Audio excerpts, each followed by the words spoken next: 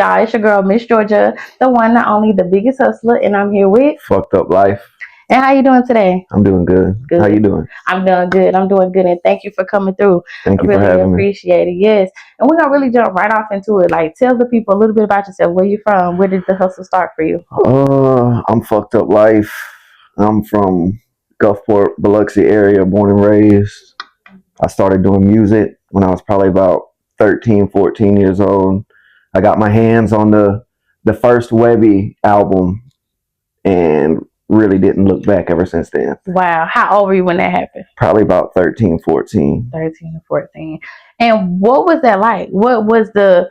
How was your music culture before coming across that album? It was, I don't spotty, I guess. Like being so young, I guess I'd listen to what my mom would listen to, and she was more into like the classic rock type stuff. And then I'd go over there to my dad's, and he's Lil Wayne, Hot Boys, you know what I mean? Yeah. But that's where I got my love for hip hop music. Right. So, I mean, and that's big, being able to just remember that exact moment and say, okay, not only, a love for music, but for a different culture, like, and being able to achieve it. Because I've checked you out, your performances, your music. I see right now you doing the Deal or No Deal tour, and coming to Atlanta, Georgia. That's coming up pretty soon, right? That is Saturday.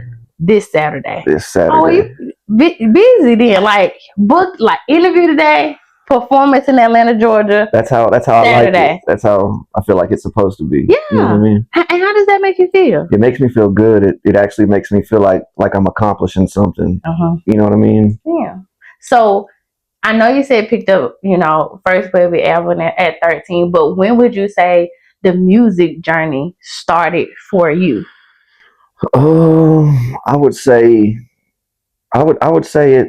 it somewhat started there because like when the song would start before he started rapping, whenever it was just the beat, like in my head I'd rap to myself, and then right before the song went off at the end I'd do the same thing. Right. And now when did you put out your first song?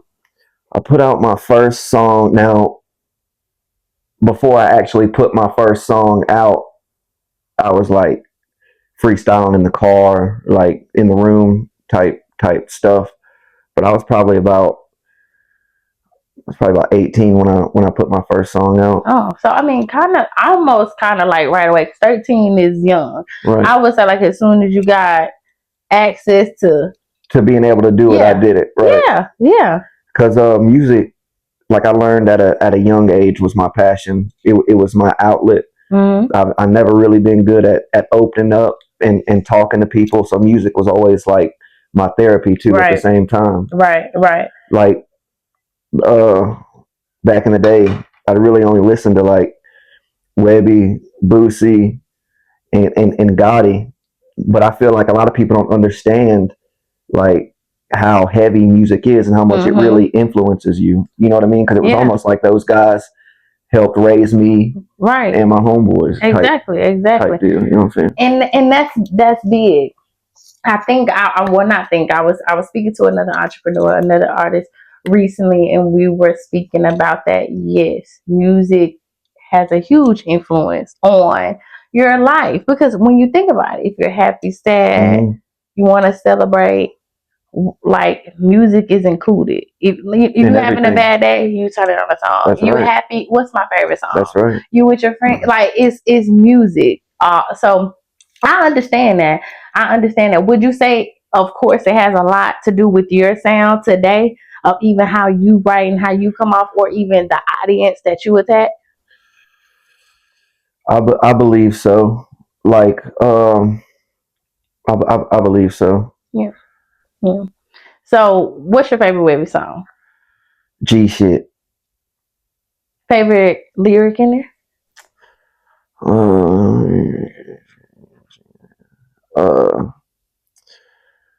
That's where I'm at. Hold on, I'm trying to get to it. Yeah, get to it. Damn, I can't think of it. It be like that.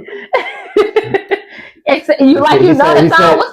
He said it was the line. This is just the end of it. Right. But the whole line is my favorite line. He said, don't sell weed, but I smoke it, bitch. I sell crack. But that ain't the only part. The part he said before that I like too. Yeah, but that's I can't pinpoint it. Yeah, but I would say Boosie, Webby, you know, those guys in hip hop, they definitely live like or have a milestone, a big, you know, they created a wave. Oh, they most definitely created a wave. For sure. During the most difficult time it was to release music, especially hip hop music. Back then, I feel like it was a time when hip hop music was probably looked down on. You know what I'm saying? And there wasn't no streaming, nothing like that. So it really wasn't easy to get your music out there to people. So blowing up way back then, you had to really put the work in. Now that you're saying that, and you know, you just go back and you think a little bit, because when we talk about Boosie and Webby, like almost everybody knows a song about them, but you haven't seen them on certain major platforms, right? But there's such a huge influence, and you know, I mean, I guess that's what they call trap rap or whatever, but.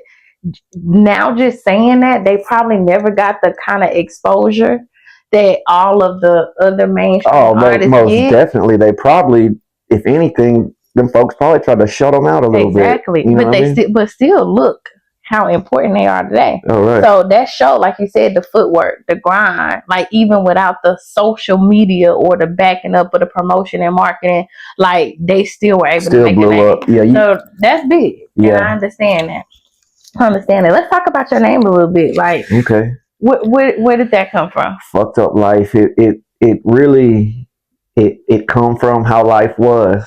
You know what I mean? I wanted to have a name that everyone could relate to, but at the same time stuck out. You know what I mean? Right. So I feel like it may be a little vulgar, maybe, or whatever, but at the same time, you ain't gonna forget it. Exactly. You know what I mean? Exactly. And that's the importance of it. Like, when creating a name, creating your brand, that's what you want. You want people to hear your name and your sound and be like, okay, I'll never forget that. For sure. Yeah. And I was listening, I was reading a book, and it's called The Power of Being Broke.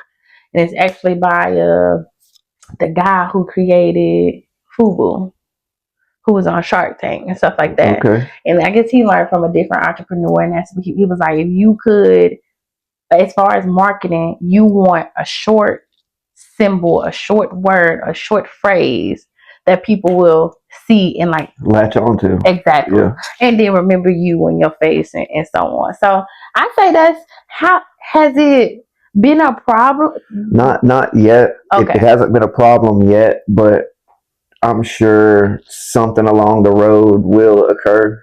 You know what I'm saying?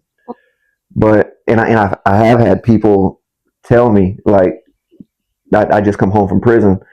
So guys I was in prison with, I was showing them on Facebook. I had a phone. I was showing them everything, and even they were like, you know what I'm saying? You think you're gonna have problems getting exposure like through the radio and stuff like that because of your name? Like, it may be possible, but how is it spelled? It's there ain't no U in it. Okay. It's Fckduplyfe.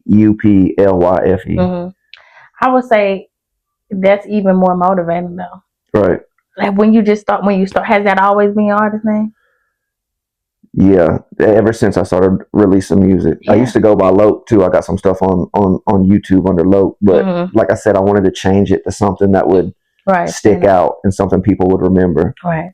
I definitely think you did that. And I heard you say something. You said you just came home from prison. Congratulations. And I've talked to several artists sitting here, and that's an inspiration. Right. Even me growing up, I'm from Mississippi.